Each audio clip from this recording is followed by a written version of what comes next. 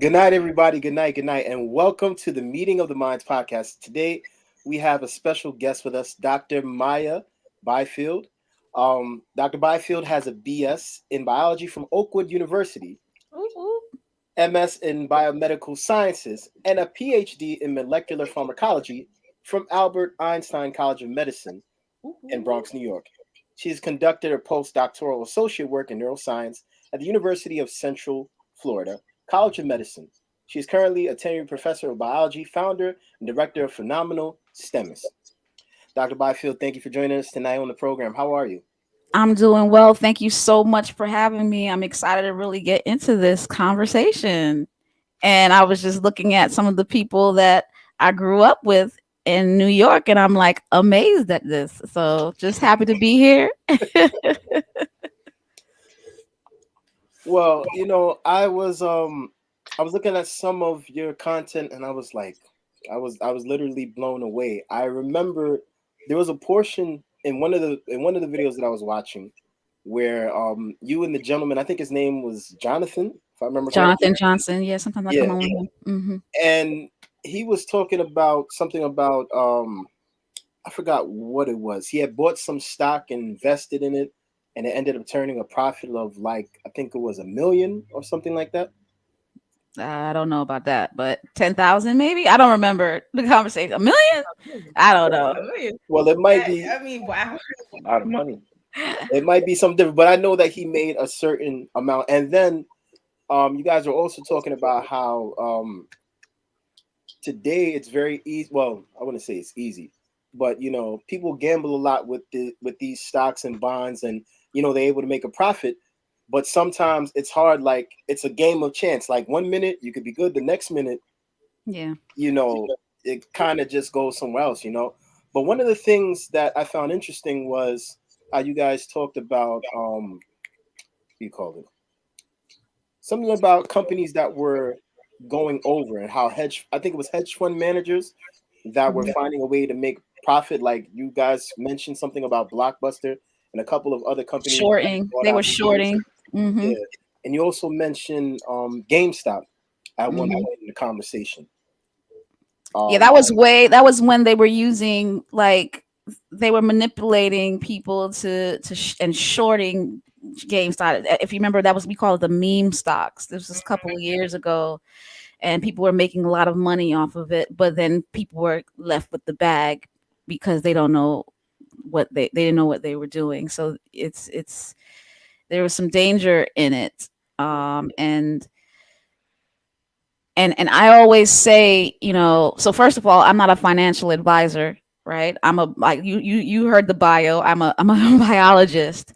Um, She's an so interesting disclaimer giving out that there. putting that disclaimer out there, but right. at the same time, I'm also 45 years old, and I've seen a couple of things, and so um the access that people are getting to this, they're using all kinds of apps, and these apps are had all kinds of enticements that made it feel like you're gambling, um, versus using really solid information, making decisions off of solid information. That's not what's happening. They're just using fads, and so sometimes it works, sometimes it doesn't. Like any gambling, and I'm a believer in investing in the stock market, but I'm not a believer in gambling, and there's a difference. So yeah, So, and so we were talking about that. Yeah. so why do you think that? I know there are different types of investments, right? People have real estate. Some people choose like the or reliable like stocks and bonds, not stocks, but bonds and CDs.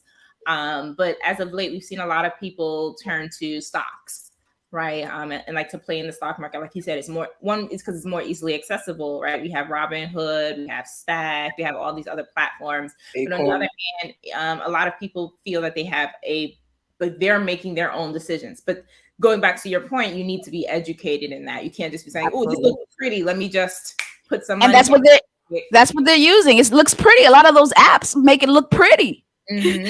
So why do you think that a lot of people tend to use so you're saying that a lot of the reason that a lot of people tend to use stocks as their method or their chosen method of investment is because of its attraction to other people based upon like the dopamine fix that they would get from a quick buy or easy fix? Right. And it's a fad. It's now popular to do it. But the thing about it is, this is one that thing I've learned. So I can only go based on what I've learned, and I learned this from Warren Buffett. He says your first $10,000 needs to be in an index fund. It needs to be in a fund, an index fund with multiple stocks. You got to manage you got to get to the point where you can save $10,000 only in those funds.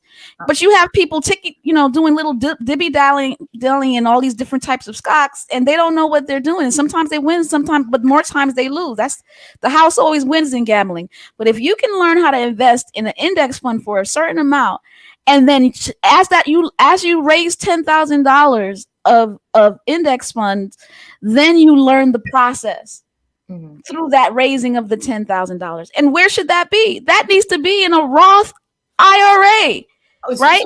So just for those who don't know, what is an index fund? So an index fund is just a group of multiple stocks that is run by an organization. They have a fund, and then you go in. We call it a low cost index fund. So places like Charles Schwab and Fidelity, which Charles Schwab I believe just bought, right? They have funds, multiple stocks, a broad range of stocks for the index. So when you have there's an index called the Dow Jones Index. That's the top 100, or the S&P 500. That's 500 of the best stocks that are doing well. An index fund is a fund with those indexes, right? So 500 S&P 500 index, that means the best 500 stocks. So if I have an S&P 500 index fund that is low cost, that's basically one of the banks that I'm a part of, whether it be Charles Schwab or Fidelity or any brokerage firm. They have a fund of all those same stocks that are in the S&P 500 that I can buy into that fund. And if the S&P 500 makes 30% this year, then my fund will make approximately around 30%, because the fees that are associated with that fund are very low.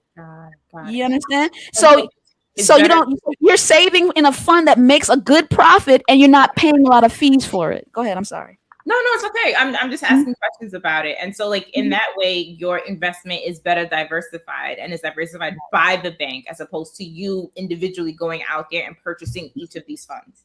That's correct. Stocks, rather, each of these stocks. Exactly. Number one, and where you buy it.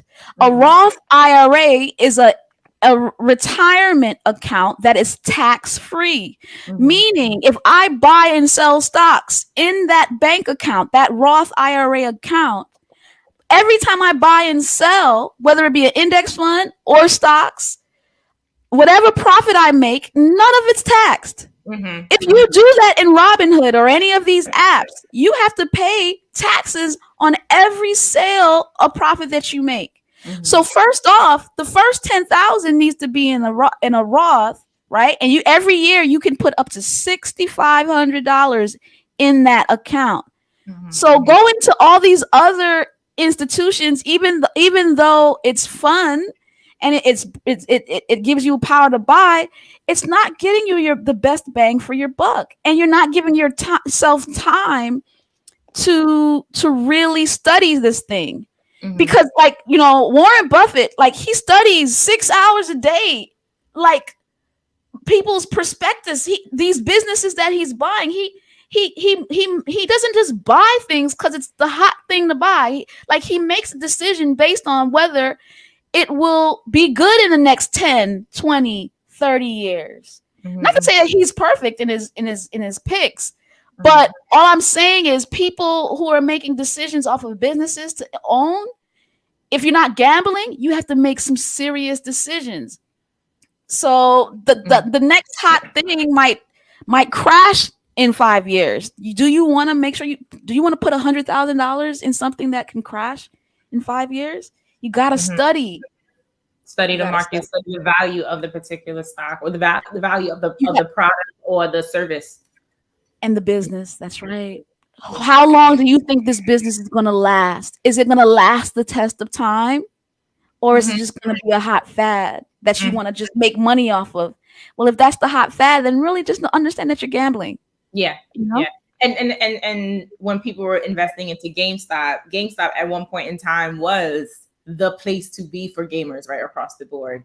Mhm. But now, especially since after the pandemic, everything has kind of become digitized, and you can just do it straight through the platform, or you don't really need that go between, right? So GameStop, its stock rising as much as it did. I think it went from like something around $16 and it went up to like almost 300, if I'm not mistaken. A big jump like that for essentially something that's about to be a dinosaur, right? Like a company that's about to be a bit archaic. It was pretty drastic, and it kind of like showed the power of the people in a way. Yeah. But also it wasn't sustainable, right? Like something like that can't be allowed to happen. And it showed how easily people can be manipulated. Well, it was just another example. Another example Of how people can be easily manipulated, because people easily manipulate all the time. Mm-hmm. But back to the index funds, because like I'm really, really interested. You mentioned a Roth IRA, which is in a retirement account, right? That you invest into, and then you can take your money out after retirement, tax free. Is that a platform or an account where you make active decisions? Like, do you have to go in and say like, okay, this is the account, this is the stock that I want to purchase, and this is the one I want to invest in? It's not just something that you just put money in and then forget about it. You have to be active with it. Exactly. It's just like you on Robinhood. Like you're buying, let's say you're buying Apple stock, you're buying Tesla stock. You could do the same thing in that account. You just do it via the Roth IRA, and you do it tax free. Because I think a lot of people, especially in this age, where it's like, oh, I want to get into the stock market, right? They just automatically go to Robinhood and to Stash and all these other places, because that's what's being like popularized, right? Right. And because you don't know, because the people don't know, it's like, I'm just gonna do it really quickly. I heard it's just that simple. I've downloaded the app. I'm in. What's next, right? And exactly, and it's just as simple in Charles Schwab, Fidelity, any account with the Roth IRA. It's just as simple. You could do it the same way you do it. It's just not as pretty, and they really capitalized off of the new generation. And I think what happened was, the beauty, I'm not hating on these apps, the beauty of it, because they made it free, right? You were able to buy and sell without commission. Back in the days, you would have to pay $4 to buy stocks. But now, because Robinhood made it free, Charles Schwab had to make it free. That's the beauty of giving it to the people. But now, since it's free, you need to consider going into some organizations where you can get the best bang for your buck. Because as I said before, if you just have your first $6,500 every year needs to be in something that's tax free. Then if you want to continue and make more, then you can work with your Robinhood account. I'm not even hating on that. But make sure you're doing it, most of your dealings, tax free. Because that's for sure. That's going to be for sure. When you get older, you're going to pay taxes. That's guaranteed. Yes. All right, so I want to ask a question, right? Earlier, Christina mentioned something about GameStop, right? Now, I've noticed this not only with games, but also with college textbooks, right? I'll buy a book that's probably cost like maybe $60, right? At the end of the semester or the end of the year, when I sell it back to the store, it costs a penny, right? Now, in reference to the GameStop and the games, right? Are the games devalued because of the way that the stock was going, or is that something that just happens in general when you're trying to resell a game back to one of these retail stores? Honestly, I don't understand the concept of why something will be devalued, but what I know that everything is depreciable, and I don't think it has anything to do with the level of the stock. It's like a car, the Toyota stock is rising, but if I was to sell back my Toyota, buy a Toyota for $20,000, I drive that car off the lot, is already down 20%. And if I want to sell that same car back, no matter whether the stock is booming, I still lose value on my car, because it's sold it back a day later. Even if I sold it back a day later, I lost value on it because it's a depreciable item. Most things in life are depreciable. Yeah. So I don't think the reason why the games have gone down in value has anything to do with the level of the stock. Yeah. That's my personal opinion. I don't know for sure though. No, but I agree with you, right? I think the games go down in value when you try to sell it back because it's convenient for them to go down in value, right? Like you've already used it, like it's not brand new anymore. Everyone has access to it. And of course, I'm not going to give you back the $50 you paid for it. You can get the 25, if that, and be happy about it, right? What you gonna do? Yeah, my biggest mistake was to buy a brand new car. Oh, let's talk about that. Why is that your biggest mistake? My biggest mistake. Okay, so I had like one of my videos with my top 5 biggest mistakes, and my biggest mistake was to sell Amazon. That was the biggest mistake. I own Amazon stock. Yeah, I did. I owned it. I bought Amazon stock for $30. I had stock in Amazon for $30. That's my biggest mistake. And it was around the same time that I bought my brand new Nissan Altima 2-door sports car coupe. Oh, right? And I was in my late 20s and I thought I loved it. I wanted it and I bought it. I wasted that same, what if I had taken that same money and put it in, oh Lord, have mercy every time I think about it. Right? But when I what would, if knowing what you know now at that particular time, what would you have done differently with that money? You would have taken, I would have bought used. I would have bought used. I would have kept my mom's Toyota Camry. I wouldn't have traded it in.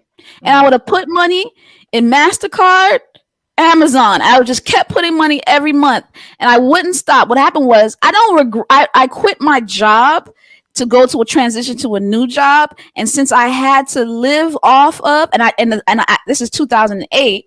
And so I knew the stock market was about to crash because I was really into the stock market. And I never forget, they're like, if you need the money within the next 5 years, you better take it out. And I knew that I had to survive a year without a job because I was starting to look. So I sold my stocks pre the crash. Thank you, Jesus, before the crash. And I made good money off of it. But who knew that in 20 years or in 10 years, the drastic shift of those stocks would have went so high. So if I had my Toyota Camry still, I would have just left the money in the stock market and not need to live off of it because I had to pay my car note. I had to do this. I had to do that. But if I didn't have a car note to pay, I probably would have left the stock unsold. And I would have lots more money than I have right now. So I would have stayed used. I would have kept what I had. I didn't need a brand new car. And so my advice to people is, number one, and I have a nice car now, a really nice car. So I don't have a problem with getting nice cars, but I bought that nice car used. I will never buy a brand new car. It depreciates in value so dramatically. And it's not, and if I couldn't pay it off, and I paid it off in 3 years. So whatever car I purchased, if I can't pay it off in 3 years, it's too much. That's the decision I would have made. Yeah, that's the decision I would have made. I would have kept my, because that's often, you hear that quite often, right? Like if I could go back, I would do it this way. If I go back, and then the big one, no new cars. So it was just like, all right, so no new cars. So what would we have done differently? Used. I got a 224. I got a used BMW, really nice car for the price of an Altima. Yeah, I mean, and I feel like the value isn't out there. I think also people like shiny new things. Right? Yeah. But also we have to look at the times that we're in, right? Like how volatile the market is. Like, listen, we're in trouble. Let's not pretend like, like everything is good, and the job market isn't always the best, depending on the field that you're in, like consistency and stuff like that, finding a position. And people are struggling to pay their bills, and they go out and they make these big expenses, and they don't have any money saved up for their retirement, right? Right. Because they prioritize shiny new things. I personally, right? I'm a new car girl. and I say that because while my car isn't the newest now, it was new when I got it, right? And my intention was to pay it off. and be able to like move on. But like I didn't want the hazard of having at the time I had used cars. I had been going through a lot of trouble as far as like having to get them fixed all the time, and I was just starting to live on my own, so I wasn't going to have as much support as I necessarily was going to have that's necessarily had in the past. So getting a new car represented to me like, all right, I'm not going to have all these extra expenses as far as like going to the mechanic. Like that's already fixed. I know that this is all good. I don't have to think about that. So I definitely think that it is dependent on where you are. But I had a reliable job, right? I could pay my bill. I knew that I wasn't going to be in deficit, but I also shopped within my means, right? I didn't go above and beyond. I wasn't looking for the best, the shiniest. I was like, listen, I want the basic package, give me a little sunroof. I'm happy with that, but I don't need all the bells and whistles. But it's a new car and it was just reliable and it worked for me and my lifestyle.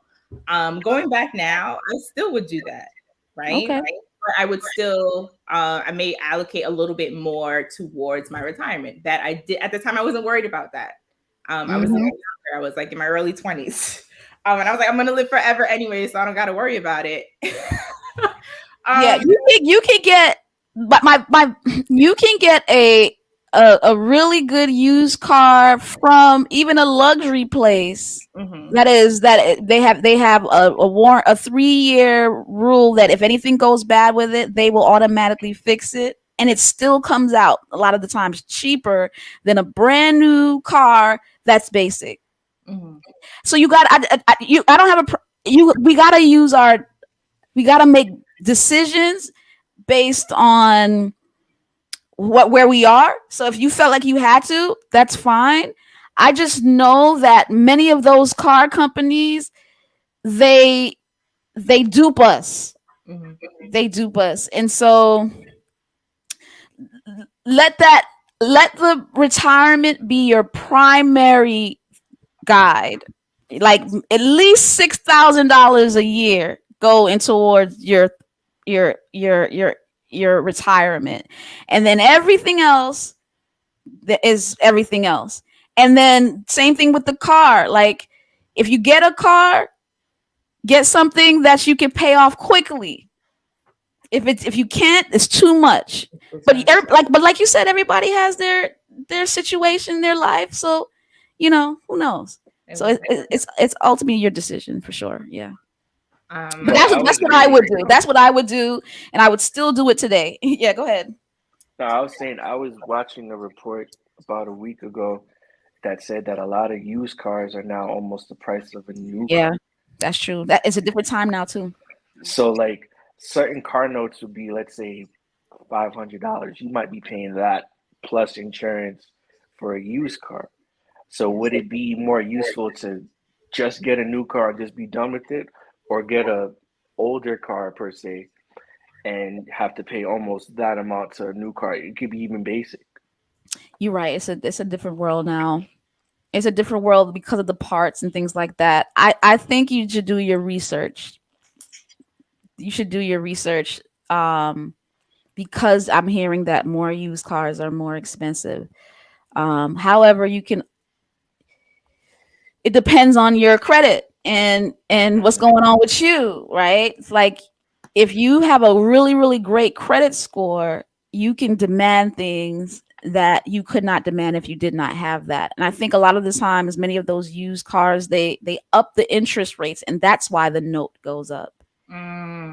It's really the interest rate based on the used car. They'll give you a really low interest rate for the brand new car, but up the interest rate. But if you go with a instead of a bank, a credit union, and you come with, this is what I'm paying. Or if you ride that hoopty for a little bit, build up your cash and say, this is what I'm paying cash. I'm coming cash, and I don't want there has to be some demands that you make when it comes to cars, versus just settling. Both the cars that I purchased, I made demands. And I feel like the only way you can make demands is if you're coming with some power. Okay. And unfortunately, if you don't have good credit or you don't have a good cash, it might be a little bit more difficult. So you're right. It might depend on the situation. So one of the ways you mentioned was like is having good credit. What are the best ways to build your credit for those who are struggling or who have low credit scores? Yeah. See, The number one thing I would say is we have to humble ourselves. Mm. You have to literally, sometimes if you can develop good relationships with your family, and it's time to move back home. Like the first thing I did was I moved home. I lived with my mother before I purchased my home. I moved from my mother's house to my own personal house. And what I did was I gave her a small amount of rent, and I built up my savings. Number one, built up my savings. Number two, I had student loans, but I did not have a lot of student loans. I only had the subsidized student loans. So I only took out a little bit of money per year. I came out with $15,000 worth of student loan debt. My advice always is to people who decide to go to college and they want student loans. How much money do you plan to make your first year after graduation from college? So if you want to be a teacher that makes $50,000 a year, that means you should only take out $50,000 for your whole 4 years of college. You hear me? That means $10,000 a year. And if you can't take out $10,000 of student loans a year, if your school costs $100,000 to go to school and you only have $10,000 of loans, you go into too much of an expensive school. Mm. You have to make decisions, right, based on what you want to be. So I only had a small amount of student loans. So there's nothing wrong with student loans, but a very small amount, and the subsidized ones. So that helped me build my credit, right? I had credit cards, but I paid them off every month. So I used the credit card and I paid off every month, right? Once I did those things, my student loans, I paid off my credit card. I did not have a lot of expenses, so I was able to pay off my bills. It built my credit up.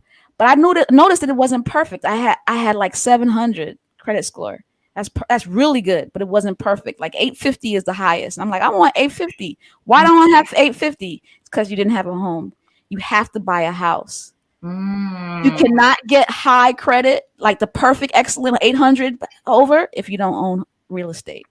So once I purchased my home, that's when it jumped to I'm near 850, because so small amounts of student loans, by taking out credit cards but paying it off immediately. Not holding a high, we call it debt to credit ratio, meaning if I have $5,000 worth of credit but I have zero debt, that means I have a really great debt to credit ratio score. So you want zero debt, but have a lot. So every time I have credit cards and I say, hey, can you increase my limit? Increase my limit. So you increase your limit. I don't use that limit. I just have a lot. If I wanted to get $20,000, $30,000 worth of credit, I could, but I have zero on it. So that's a high debt to credit ratio. And that's the way. It's very simple to, you don't have to go and get into companies to try to pay them to teach you how to get a high credit score. You really just need to not have a lot of expenses, pay off your debts quickly, have a great debt to credit ratio, and own a real estate property, and your credit will go up soon, quickly. Yeah, go ahead. Yes. So I was thinking about something, right? There are two things I had on my mind. I remember when the pandemic happened, the first thing that took place, there was a report. I forgot which newspaper, but you had a lot of people that were taking money out of their stock very quickly. And then after that, a lot of businesses started to close. Like Sears is gone now. Yeah. Sears no longer exists. Yeah. And the funny thing about it, I think Sears created they created the Discover card, if I remember correctly. That was their creation.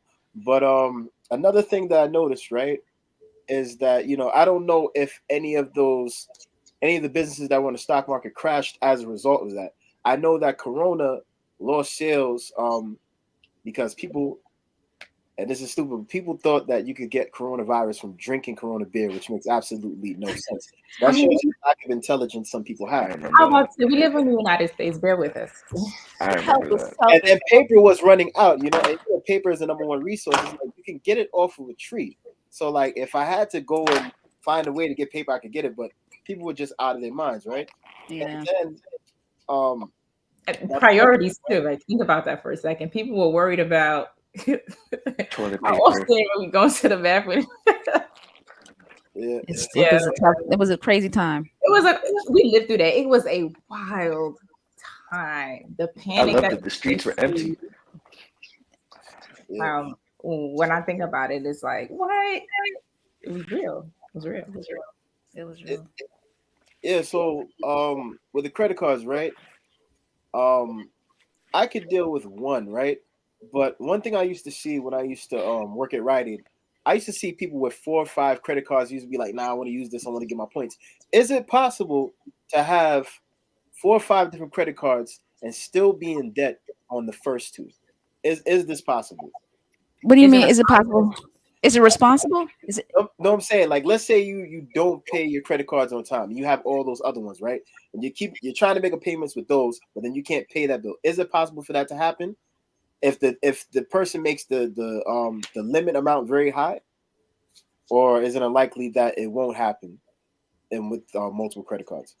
I'm still not understanding. If I have 5 credit cards Yeah, and I have a limit, I've reached the max on 2 of them. yeah. Is it possible to ask the question? Is it possible to what? To be in debt at that point. You are in Wouldn't debt. you? Yeah, wouldn't you have like a high Once you credit charge $2 utilization? on a credit card, you are in debt. No, you'd have a high credit utilization, right? Yes. Yeah, because I don't understand the reason why people like having multiple credit cards. Like I can't see myself doing it. I remember one time I went to the bank Okay. and one of the managers, he was like, "Yo, you should get a credit card. You know, I'm in debt right now." I'm like, "Why are you telling me that? Why are you Okay. that?" Okay. I see what you. Okay, I have multiple credit cards. Okay, I have multiple credit cards, and so I recently I own a business, and I got a business credit card, and I bought something. It's a 0% credit card. Now I have the cash. I went to a conference. I put the conference on my credit card. I have the cash to pay for it, but I want to use we call it other people's money. So I financed it using a 0% credit card for a year, knowing that I will pay it off over the period of the year. And if I don't, I have multiple accounts where I could just grab money out of and pay it off, right? So I utilized it, number one, to build my business credit. I utilized it to get a lot of points and money, right? And it's 0%. So it's really about interest bearing credit cards. So all of my credit cards started off as 0%. Now there's some people walks of life like Dave Ramsey who's like, don't have any credit cards because you're most likely going to spend more money. So there's different people's thought on that. With me, I have a business credit card. I have 2 bank credit cards that I use for points in one case and cash back in another. And I'm getting hundreds of dollars back by the use of those credit cards, right? And I have a credit card when I travel. I get that travel card is only for travel because I get points, a lot more points when I travel. And so I use these cards for different things, but either way, none of them I owe money on, meaning I pay it off every month so that I don't have to pay interest on it. It's really about having debt, but debt is not a problem, but interest bearing debt is a problem. So You understand? it comes down to more like a responsible credit card usage as opposed to like not using it at all. Right. And like I said, there's different walks of life because some people say, well, if you didn't have a credit card, you most likely wouldn't have spent money that you would have spent. Most people are like that. That's true. But Maya is not like that. Maya spends it on things that she has to have. She puts her cable bill on it. She puts her phone bill on it. You understand what I'm saying? And then pays it off every month. But if you going off and buying, I don't believe in any store cards, right? I don't believe in buying clothes with credit. Like, I don't believe, like, because then, yes, you'll be starting to buy extra stuff that you probably didn't need to have. So you can get probably off and use your coupons and all this other stuff. Yeah, and you start spending more money than you need to. But if you're on a budget and you're using a credit card for just your budgetary items, there's nothing wrong with rolling debt on it, because as long as you pay it on time and you pay the balance off, then you're not paying any fees or any late fees or any interest, and that's fine. I was okay. That That's makes how I sense. am. That's how I roll. I was gonna ask because I have a Pep Boys card, and anytime like I needed something done for my car, I would use the Pep Boys card to pay for whatever had to be done, or even for gas, and then I'd pay it off like afterwards because they give you points every time you use it, pretty much. But I wasn't really using it outside of anything mechanical or for gas. So Yeah, there's nothing wrong with that as long as you pay it off and long as there's no interest bearing on it. That's what really, really matters. And as long as you're not just using it without thinking, because if you use it without thinking, then you may overexpend. So my favorite thing is like mint.com, mint.com. It's a budget app. Yeah. And if you stay within your budget, you didn't go pat, you said, I'm going to only spend this amount of money, this amount of money, this money. And if you're staying within your budget, then it doesn't matter how much credit cards you have. It's when you start buying excessively and you're excessively going over your budget, then that's saying that you don't know how to manage your money well, and your credit card is helping you facilitate that bad behavior. Then that's when credit cards are bad. Yeah. That's So when I have too a many question. credit cards are bad. Yeah, go ahead. So I raised my credit limit a couple of times on two of my credit cards, right? And I saw that it helped my credit score go up just by a little bit. So what would you recommend for someone who wants to increase their like how would what would be a good time to raise your credit limit on your credit cards? And how would you All go? the time. And All the how time. far should you go?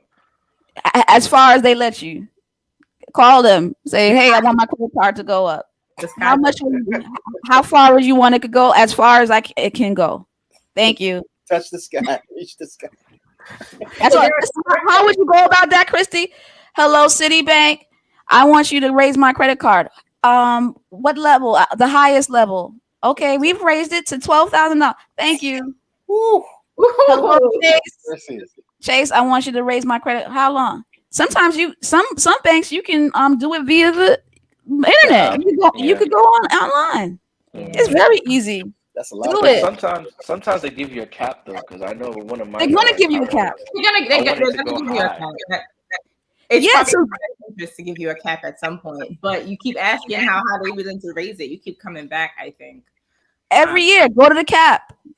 Everywhere tell them to go to the cap, whatever the cap is. So one question that I wanted to ask is, I got into the financial game really, really late. When I say that, I mean getting my credit cards and stuff like that, because when I was transitioning from high school to college, my parents were like, "Oh, you're not ready for a credit card," and they made it very, very scary, right? Yay, parents! My mother was like that too. Good job. Yes and no, right? So I was really happy I didn't have all this credit card debt because I was able to be like more or less responsible during college, right? But when I came out of college, I had no idea where to start, right? What do you say? Like, what would be the best way to transition into credit cards, right? Like, would it be like at the end of college, what would you start with? Or do you recommend like having some type of financial literacy courses in school? I don't know. Like, what do you think, like for young adults or like, young adults transitioning from high school into college, what would be the best way to set themselves up better for a financial future? I love it. I love that your parents did not have you have credit cards in college. My mother didn't either, and it was the best decision. You'd be surprised how many people, the greatest amount of debt generated happens when you're in college and don't have the literacy. When you say you got into it young, how old were you when you got your first credit card? What is young to you? How old was I when I got I think I was 23 when I got my first credit card. Correct. And that is a great time. I didn't have my first credit card until middle in grad school. I think I was 25. Yeah. You don't. So it's, you don't have to have a credit card to build credit. Especially if you have student loans, right? Or if you have an apartment, right? So I think the first time that you should have a credit card is when you have passed through high school, passed through college, have a degree, have a well-paying job, right? And then you can have then you can have a credit card. And then to your point, financial literacy courses, I didn't take it, but I would think that's a great idea to take some kind of financial literacy process or course, or watch some financial literacy videos on YouTube before I make that decision. But the older you are when you get a credit card, in my opinion, the better. The younger you are, the less responsible you are, or there's just the less knowledgeable you are, the more gullible you are. Look at when I was in school, the things that they do when I was in school are illegal today. They would go into the colleges. They would sit inside on the campuses, and they would offer T-shirts and gifts, coercion. It was the things that they do that would be illegal today. That's how wrong those companies were. And so and the reason why is because you just don't have enough information at that time. So when's a good time? When you have a good job. If you don't have a good job, you shouldn't have a credit card. Do you have a stable job? Yes. Okay. How old are you? I'm 25. Okay, that's good.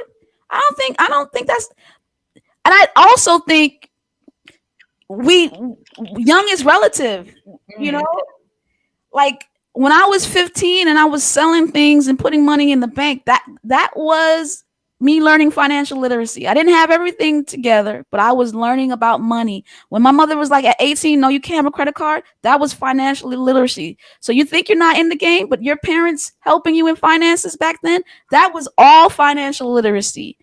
And so, yeah, I think a 23 would be a great time. Did you have a job when you got that credit card? Yes. Yeah. I could have a job. That's a perfect time. You have a long time to live, as you said, and so your job is to make as much money with little interest as possible. Okay. Oh, speaking on that, right? So we Hey, Joanna, I know I interviewed her for Phenomenal Stemist. Hey, Dr. Maya, how you doing? I'm doing well, thank you. Go ahead, Christy. Awesome. Yeah. So like when we were talking about like saving and investing earlier, right? We were talking about like index funds, right? Particularly the Roth IRA. How does that work comparatively to the 401k, right? Which one would be better to invest in? I know that there are some companies that also, invest based upon a certain percentage of what you're investing in your 401k. How does that which one would be better to invest in based upon the different circumstances? So I am not a financial advisor. I'll say this again. I know. I'm just making sure the audience knows, number one. But based on my experience, the difference between a 401k and a Roth IRA is the 401k, it's pre-tax. I'm able to lower my tax bracket, right? Let's say I make $50,000 a year, but I'm allowed to put $17,000 in the 401k. That means, so what's 50,000 minus 17? Somebody do it really quick. That's $33,000. If I put $17,000 in my 401k, I can tell the government I only make $33,000. That's amazing. That's really great because I can pay less taxes on my $33,000. Here's the issue.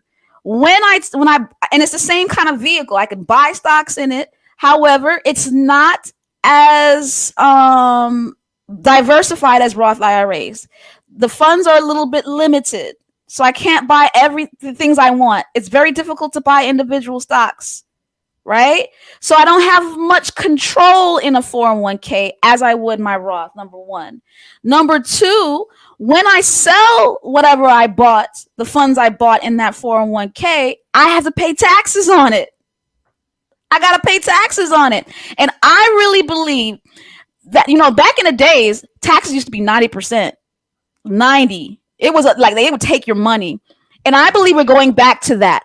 I believe they're going to raise taxes, not to necessarily 90%, but they're going to raise taxes in the future because there's so many entitlements, Social Security. There's so many people that have to live off of.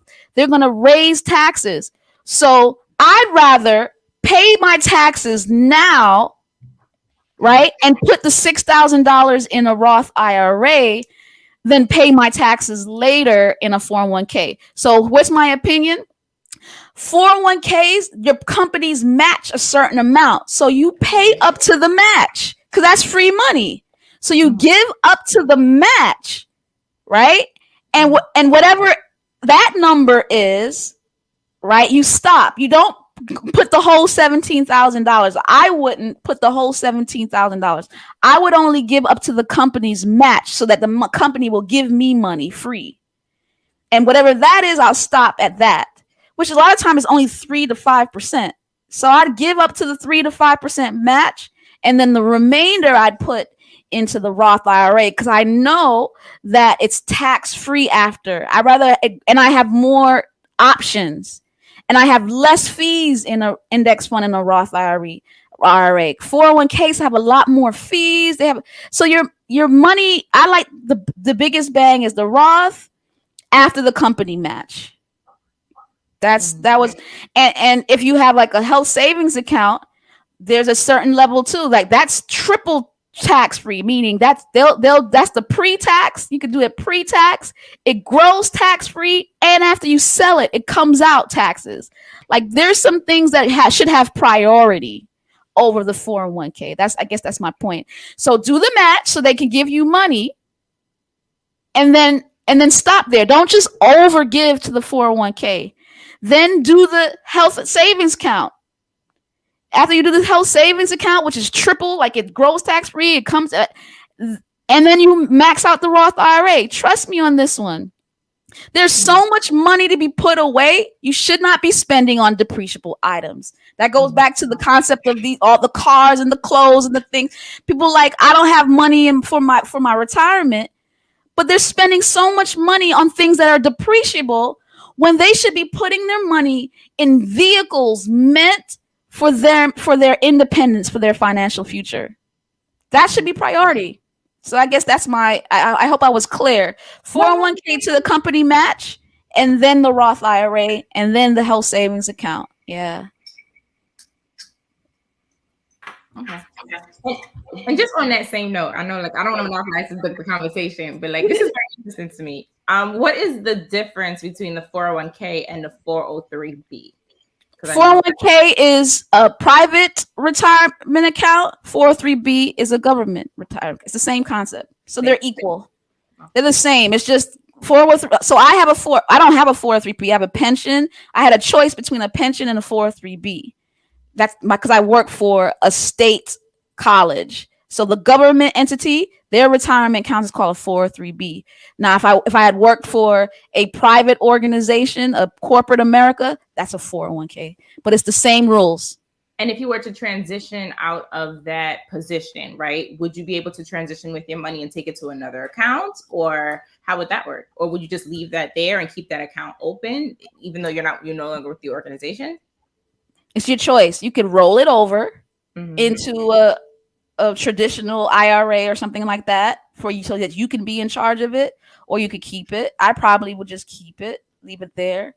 Like I've had friends who had a 401k, but they left the job, but it was a good 401k company. I don't know, just keep it there. It's still yours.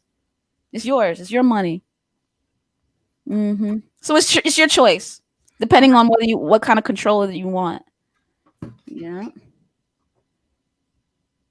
Yeah, it's great. I would love to tell you like the top things that I really believe that is necessary for financial independence. Like number one, I really, really believe in that mint.com account, like really budgeting your money.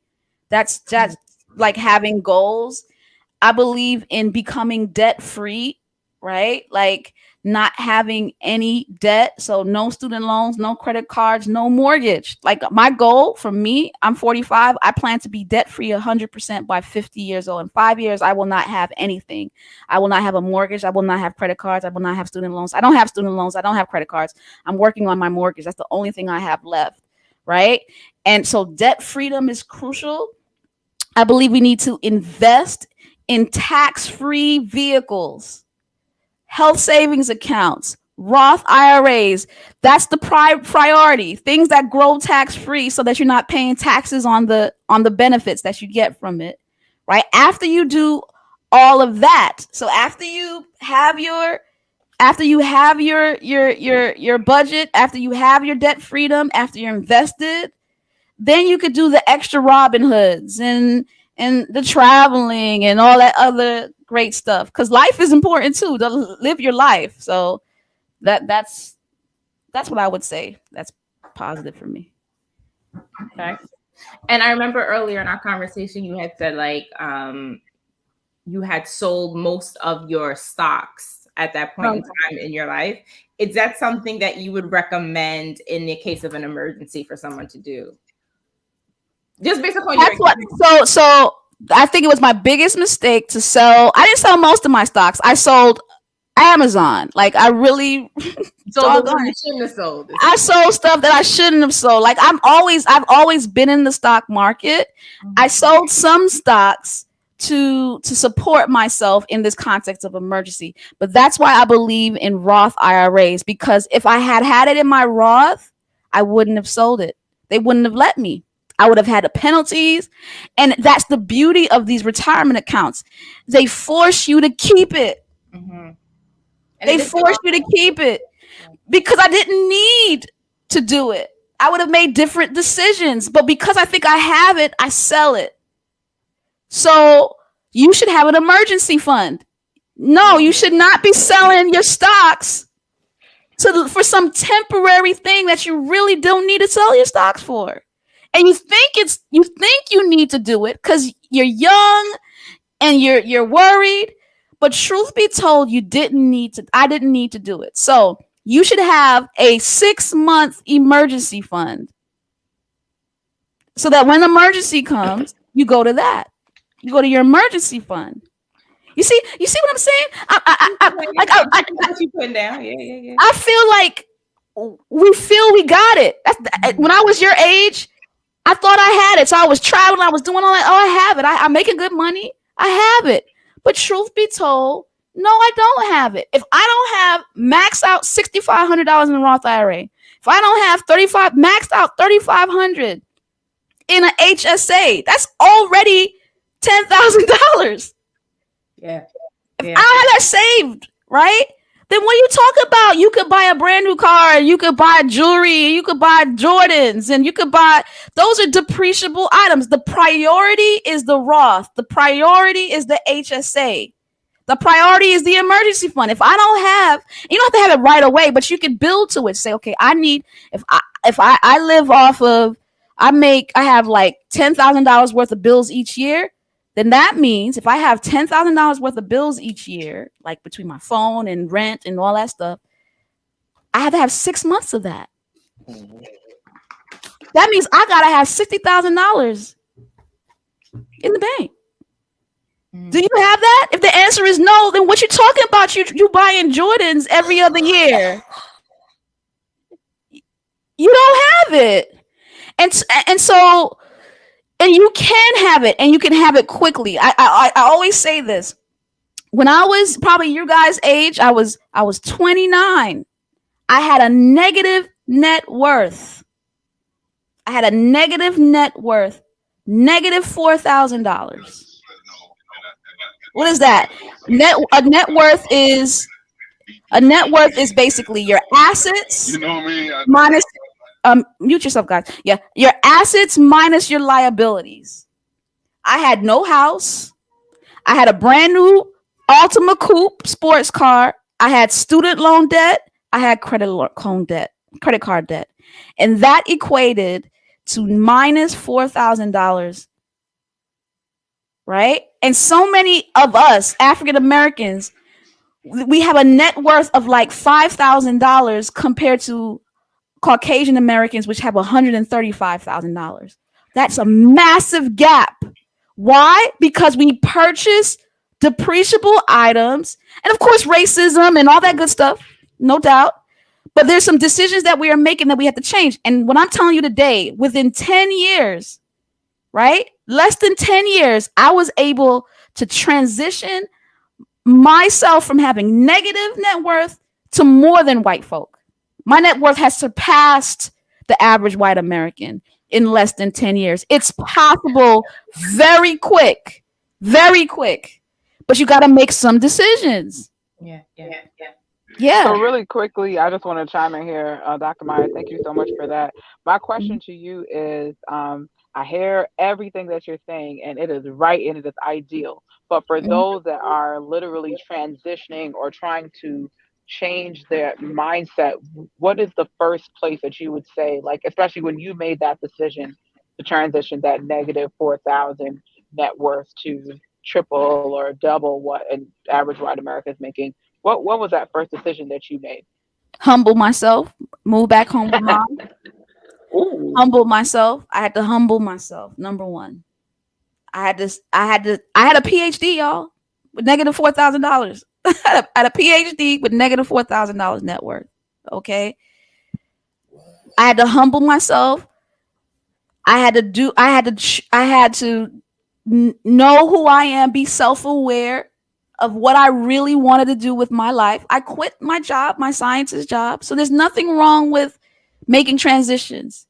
But in order to quit my scientist job, I had to I could have lied to myself and lived off of credit card debt, lived in a nice apartment, drive my nice coupe, and lied to myself and others to make me look like I'm still making all the money. But no, I had to say no. I had to humble yourself just means to bring yourself low. So I said, okay, I lived in a room in my mother's house. I gave her a little bit of money, of the little bit of money I was making for my part-time job as I was searching for the job I really, really wanted. And I got the job I really, really wanted. But I had to do it in the care of my mother. And some people may not have that opportunity, so I can't judge them on that. But that means you may have to get in right relationships with your family so that you could be able to stay, in your parents' house for 1 year or whatever. So that's the first thing I did. Second thing I did is I got that Mint app. I got that mint.com app.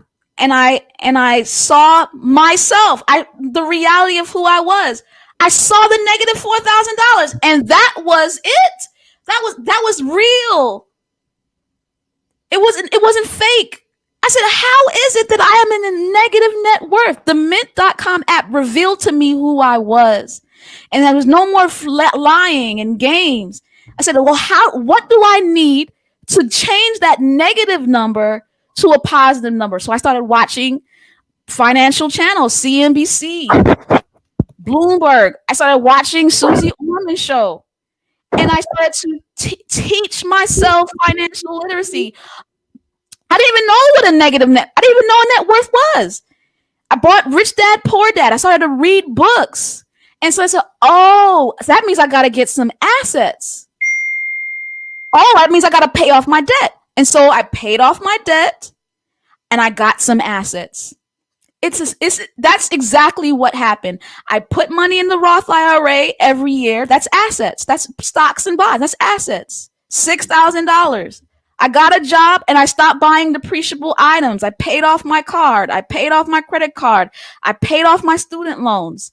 And I did it in the first 5 years by living with my mom. And because I could do it because I didn't have a high cost of living. The only way you can do this is if you lower your cost of living. And once that happened, it happened like that. I had an education too. So I did have the PhD, so I was able to get a good job. Right? So some of you guys have to get a good job, but don't put yourself in more. Don't be a sharecropper. I tell people all the time. Don't become an educational sharecropper. Don't go to schools where they're going to charge you $100,000 a year, and now you're further putting yourself in debt with student loans. Instead, there's nothing wrong with going to a state institution. There's nothing wrong with just going for 2 years and getting a certification in information technology. Get a relevant degree that doesn't cost that much. That's what I did. When I went to college, I only had $15,000 of debt. And when I went to graduate school, they paid me to go to school. So I didn't pay for tuition at all at Einstein. I knew that back at Oakwood. I said, I am not getting into further any more debt. So wherever I go, they're going to pay me to go to school. So that means you might go to a job and they're willing to pay for you to go to school. You get the job and you go to school and they give you the money to go to school. All these things will help you to have a high net worth, because it's really as simple as don't have a lot of debt and have a lot of assets. And if you have no debt and a lot of assets, that means Roth IRA, health savings, emergency fund, that's money assets. Then you buy a house, that's real estate asset. Then you have more than the typical Caucasian American. I know we made it to an hour. This is good stuff though. Yeah, good stuff. No, go ahead, continue, and continue and finish your point. I'm sorry. Go ahead. Go ahead. No. That's basically it. Get rid of your debt, and the only way you can do that is lower your cost of living. And so, find out a way to lower your cost of living. It might be getting a roommate. There was a point in time where in my home, I had a tenant, and she gave me I had a reasonable rent, $500, and she gave me $500 a month. That money I chucked in the stock market. Mm-hmm. I built that. I used even my home as an asset, because sometimes your house can be a liability, but I use my home as an asset. Somebody was giving me money to live in my home. Now I run a business, Phenomenal Stemist. I use my office as an asset. My house is an asset for me. I get tax write-offs because I'm speaking to you from my office, my home office. So use everything as an asset. Your house, try to limit your liabilities as much as possible, and your net worth will skyrocket. Mm-hmm. I just want to tap in on that. You just spoke about using certain things that you have as assets. Would you consider your skill set an asset or something that you can create? I remember I was listening to one of your podcasts, and one thing that stood out to me was about products, right? I think you said something about like create products so that those can also be something that you use that's moving forward. So that's like a two-part question, because some of us have a lot of skill sets and that can be considered an asset, but we are not using that. So I want to hear, what your thoughts are on that in terms of getting out there and using that as a way to build wealth. That's one.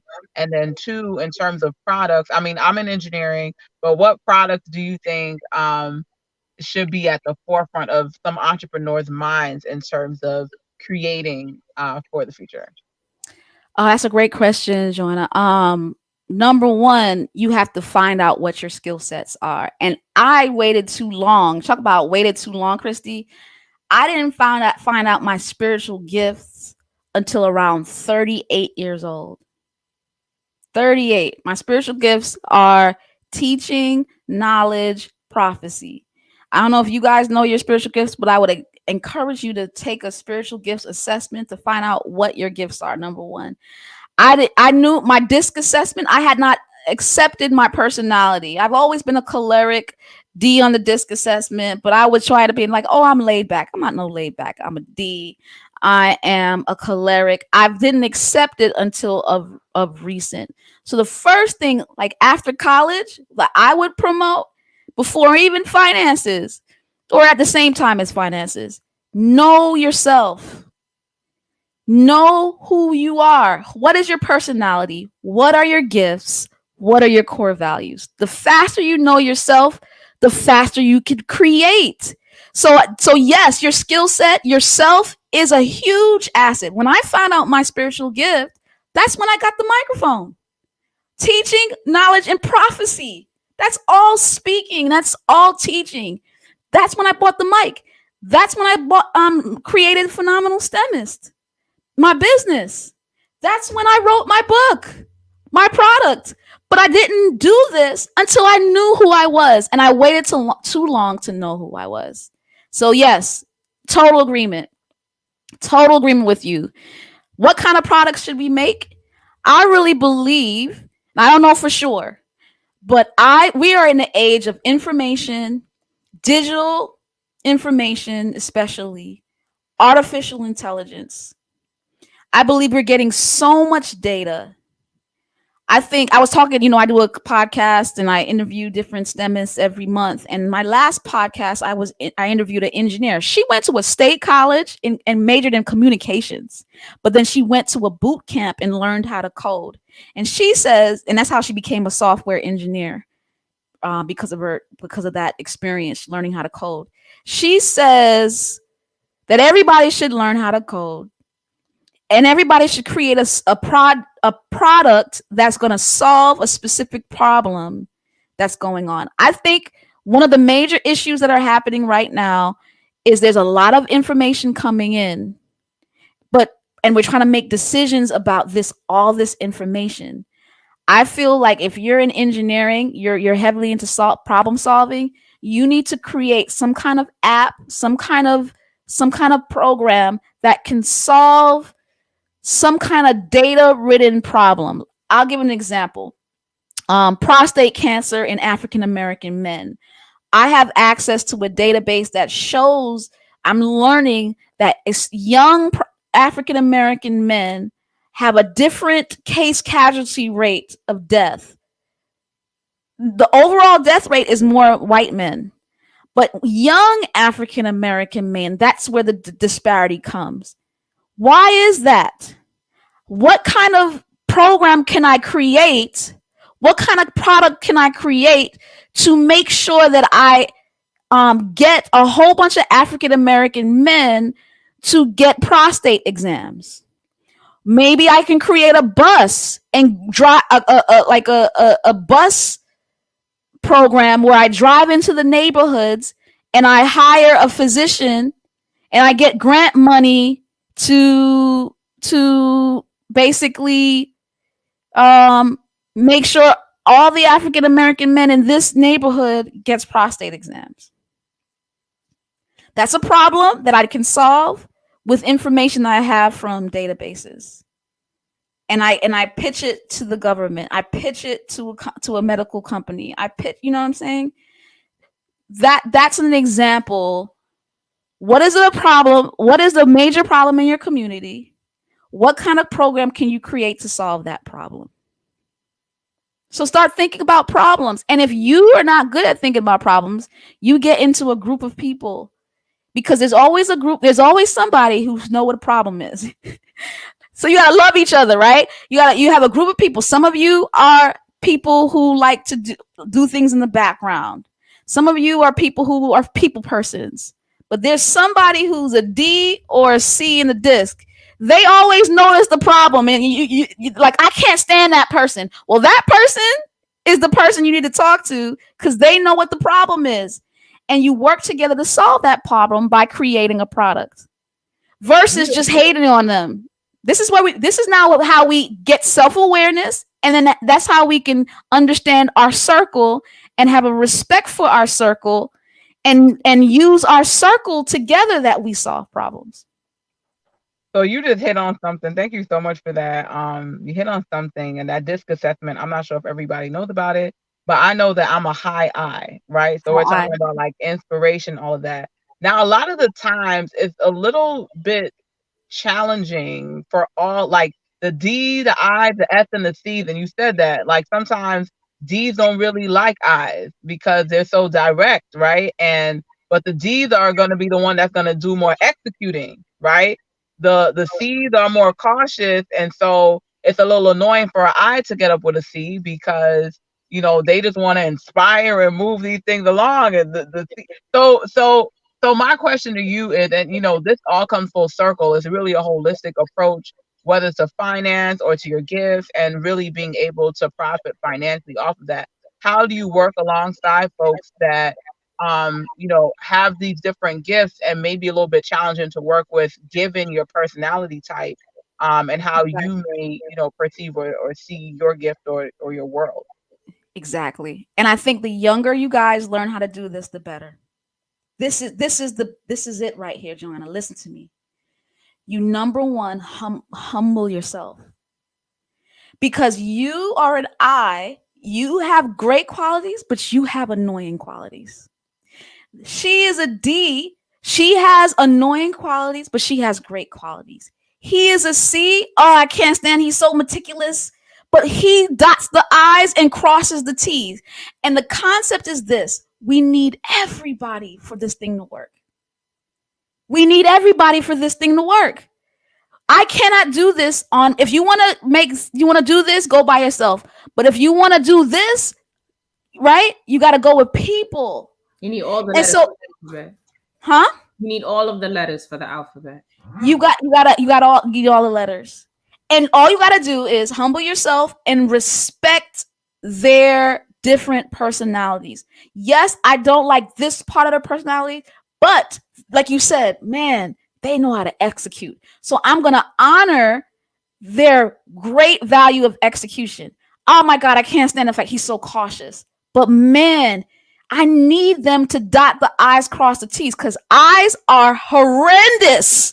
They're so quick, nice, but they don't cross I's, dot T's. But at the same time, what's the point of crossing I's, dotting T's, and executing if there's no people? I's are great with people. So they bring the people. So these are all great qualities. And we got to get past our differences. How do you do that? Mutual respect. Mutual respect for the differences. And I'm telling you, the faster you learn this, the better it's gonna be. And I think it's necessary, because I really, really believe that in order for massive change to happen and great business to happen, it's a conglomerate. It's not individual. Yeah. And that's like marriage. That's concept of marriage. I didn't talk about marriage. I'm a single woman, and I would love to be married, because if I was married, then my net worth would be exponential. Exponential. That's the only thing. Like, that's the only thing I don't have.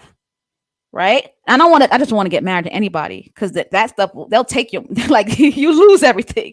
So a good, healthy marriage will bring wealth exponentially, but you got to learn how to live with people, manage with people, understand their differences, give them mutual respect. Wealth comes with that. You're not going to get wealthy by yourself. You will have a little bit of wealth, but not what you could have if you had it in partnership. Yeah. So it's critical. Thank you so much for that. Mm-hmm. Yeah. Ooh. All right, so this has been an amazing podcast episode. Once again, I want to say thank you to Dr. Maya Byfield. We appreciate you being here with us tonight. The information that you gave us was very informative. Definitely. I wish more people tuned in, because I'm pretty sure there were some gems that they missed. But once again, thank you, Dr. Byfield, for coming in. And yeah, I mean, I don't know what to say. I was blown away by all of the information that I got tonight, and some information I kind of knew a little bit already. Yeah. And Christy, you brought your A game. Like, you just great questions. Like she's a natural already, and Joanna, you already know already, and Ray too. So, but also, Dr. Maya Byfield, if other people, if our viewers or anyone who will be watching this podcast, because I believe it's on YouTube, if they wanted to get in contact with you or support you, how would they best do that? Yeah, I would love for you, of course, to get my book, The Phenomenal Stemist, especially for those of you who have young children and want to help them be successful in STEM from the womb to the university. I have a whole chapter focusing on being financially stable, because there are a lot of people who are smart, have good degrees, but they are horrible with money. So that's on Amazon. You can find me on all social media platforms. Dr. Maya Byfield on YouTube, and everything else, The Phenomenal Stemist. That's Instagram. That's LinkedIn. Well, Dr. Maya Byfield's LinkedIn as well. That's Facebook. You can find me on pretty much most. I'll say Instagram, Facebook, TikTok are my. You doing little dances? Yeah, no dances, but just short clips of my interviews. Absolutely. Yeah. I try to keep up to date with all generations, So yeah, TikTok, Instagram, Facebook, Phenomenal Stemist, and then LinkedIn, Dr. Maya Byfield, and YouTube, Dr. Maya Byfield. You can find me on any of those platforms. All right. Thank you so much. Thank you so much again for taking the time to explain these concepts. I know sometimes my questions may seem a bit like simple, Right.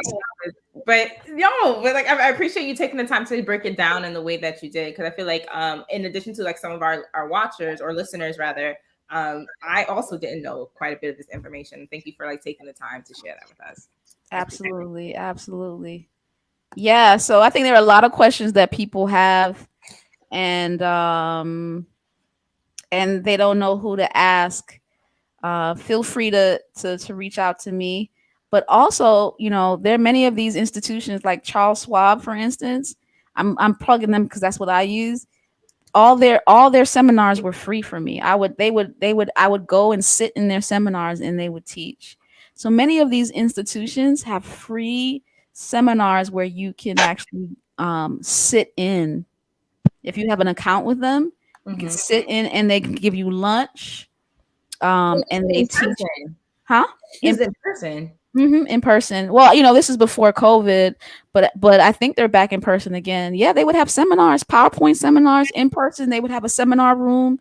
They would bring lunch and drinks, and you sit and they teach you about stuff. Okay.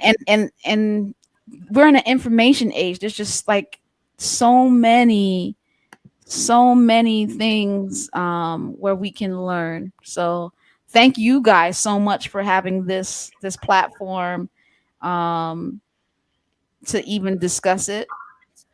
It's definitely needed. And then of course, anytime you want me back, I'll be here.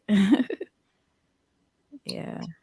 Yes, most definitely. Thank you guys for watching, and we will be back next month with another episode of the Meeting of the Minds podcast. Take care. Good night, everybody. Good night, all.